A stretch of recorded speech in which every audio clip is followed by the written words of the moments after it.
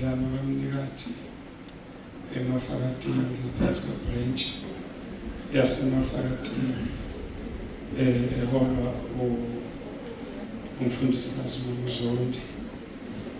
Ngizoba mfishane kakhulu kuningi engingakusho ngiqale nje ngibingelele baba umpostoli abafundisi bonke abafundisikazi bonke omama ubaba omkhulu gogo abashayeli bandla noSunday School egameni leNkosi yethu Jesu ngesifungo sethu uJesu Kristu inkosi. Bazalwane ufakazi bamhlukane kathathu ngizofinqa nje angizongena kakhulu kuma details abo ufakazi bobuthathu. Okokuqala ngizoqala ngibonga uNkulunkulu ukungisindisa ngephasika esiphuma kulona. Bazalwane ngaba ngikho la ngikhona bengizoshona ngalolu suku sihlukana la ngesonto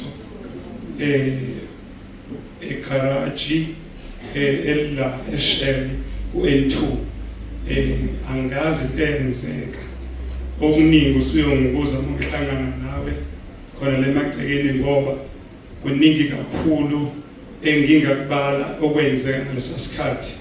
Bayazi isimo esahlukana ngesonto sihlukana nabazalwane sibuyele emakhaya okwenzeka kumina kwaba uwes angangoba umphefumulo kwala ample ukuthi uphume ngaleso sikhathi.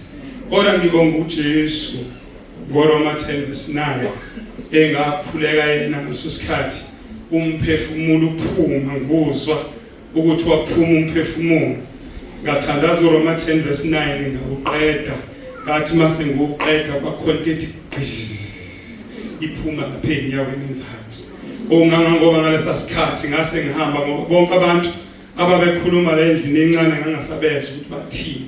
Kodwa ngangifisa into eyodwa nje umuntu ozonginikeza isikhwama engangishiye emotweni semali ngithi hambani ngizonilandela kodwa mangiphela ngiyophelela la ngoba ngifuna ukuphelela phambi kwengane.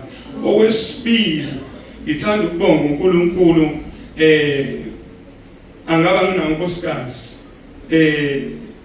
ngoDisemba ngivelelwe inhlanhla enkulu ehamba nomunyu nobuhlungu.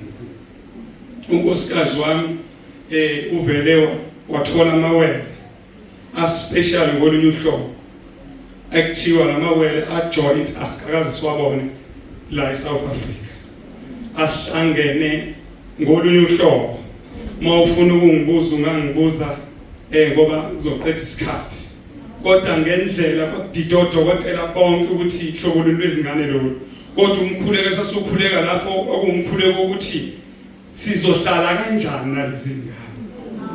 Uma sesikholwa sizoshumayela kanjani, sizoyichaza kanjani kubantu abangakholwa uhlobo lwalezi ngane esinikezwe zona.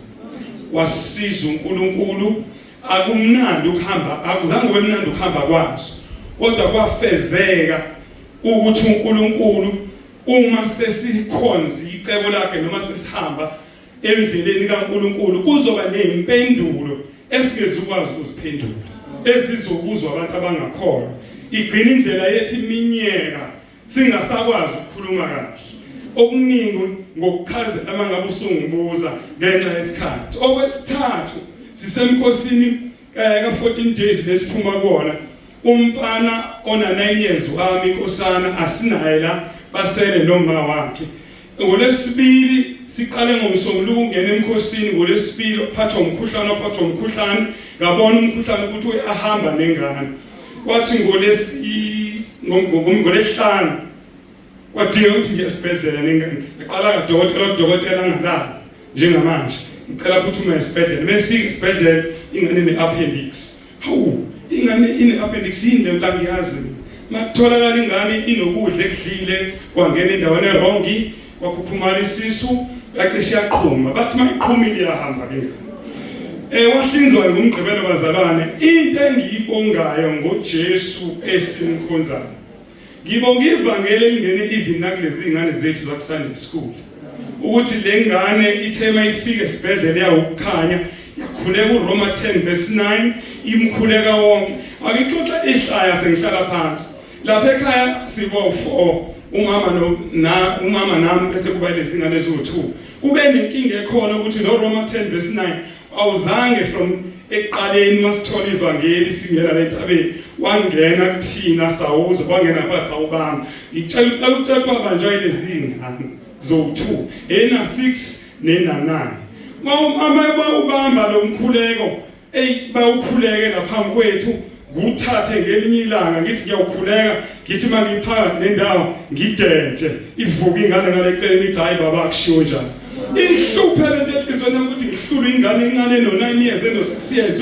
uRoma 10 verse 9 bazalana ungayihleka mhlamba khona nala kuthina abanenkinga abangawazi ukusho njengamanje zangifundisa lezi ngane yangena esibhedlela leno9 namanje amanesi athi kodwa uphumeleni lo mntwana esibhedlela ngendlela kade isibusiso ngakhona nangendlela kade izinto ezispecial ngakhona ongama ngoba udokotela wakho utheme emnika uChepis wathi uzothambisa amathumbu ngoba unenkinga unomthumbu osuka la uyokunqamla enkabeni wathi makuthamba uzothamba amathumbu wathi udokotela uChepis wathi angikudla uChepis mina kumntwana kaNkulunkulu ngisindisiwe wathi akubonga ivangeli ngengane ngambonga uJesu bevangeli sithole uJesu Kristu